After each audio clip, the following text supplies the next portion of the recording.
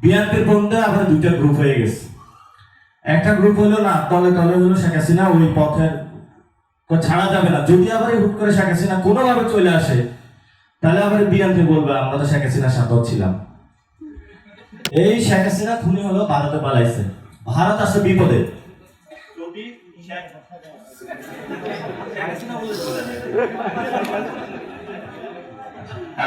যদি শেখ হাসিনা কে ভারত রাষ্ট্র অন্য কোন দেশের কাছে সমর্পণ করে, তাহলে প্রতিবেশী রাষ্ট্রের কাছে একটা বার্তা যাবে, ভারত যেগুলাকে হলো গেটুপুত্র বিভিন্ন সময় টাকা পাঠিয়ে বিভিন্ন মুজিববাদী বয়ান দিয়ে তৈরি করে যেই ধরনের গেটুপুত্র গাদ্দার বাংলাদেশে বানাইছে, এদেরকে যদি সিস্টেমেটিক ওয়েতে না রাখতে পারে, তখন অন্যান্য দেশের ওরা ভয় পাবে যে আমি ভারতের দালালি করলে শেখ হাসিনার মতন যখন ভারতে পালাবো, তখন একটা পর্যায়ে আমাকে ভারত থেকে তারা বের করে দেবে।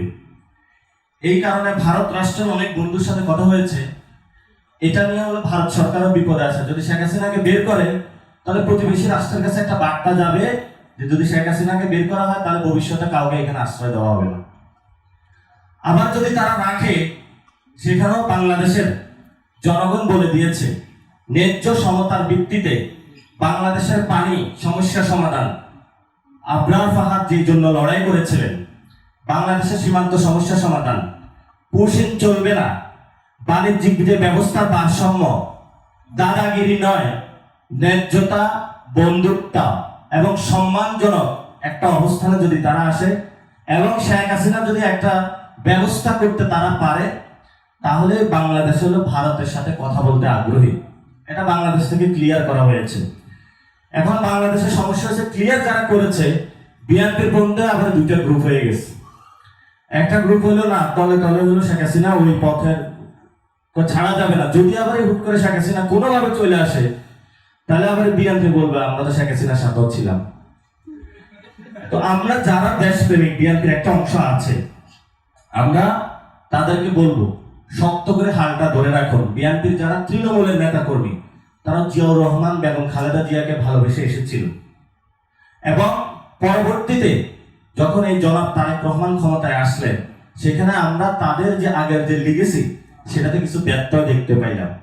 এবং ব্যত্যয়ের এমন একটা পর্যায়ে আসলো যে জগন্নাথ ভার্সিটিতে ছাত্র সংসদে যারা নির্বাচিত হয়েছিল, তাদেরকে দিনে দুপুরে দিয়ে লাঠি, হকি স্টিক দিয়ে তারা আঘাত করেছে। হসপিটালে গিয়েছে, হসপিটালও আঘাত করেছে। আমরা হবিগঞ্জে দেখে এসেছিলাম, আগে তো বালু ট্রাক বসাইছে, এবার খালি ট্রাক বসাইছে, ওইটা আমরা সরাইছি। এরপরে দেখি ট্রাক্টর যেগুলো করে মাল টানে, ওগুলা বসাইছে। এরপরে 500 পুলিশ, পুলিশের পরে এবিবিএন, এবিবিএন এর পিছনে হলো সবার হাতে রামদা, দা, কুড়াল, হাজার হাজার লোক। আমি হলো একটা মাঝখান যে পুলিশের ব্যারিকেড ভাঙা করেছি, সামনে যায় দেখি যে আরো অবস্থা খারাপ। পরে চিন্তা করলাম ওদিকে না যায়, যে ধরনের সন্ত্রাসী বাহিনী তারা জন্ম দিয়েছে বাংলাদেশে, এই সন্ত্রাসী বাহিনী থেকে যদি বাংলাদেশকে রক্ষা করতে হয়, তাহলে শহীদ উসমান হাদি ভাইকে যারা শুধু স্লোগান দিলে হবে না, ওনার যে আদর্শ এটা ধারণ করে নতুন ভাবে দাঁড়াইতে হবে। আর নতুন ভাবে দাঁড়াইতে হলে ওনার কথা শোনার জন্য এই বইতে প্রত্যেকটা চ্যাপ্টারে স্ক্যান করলে বক্তব্যটা পেয়ে যাবে।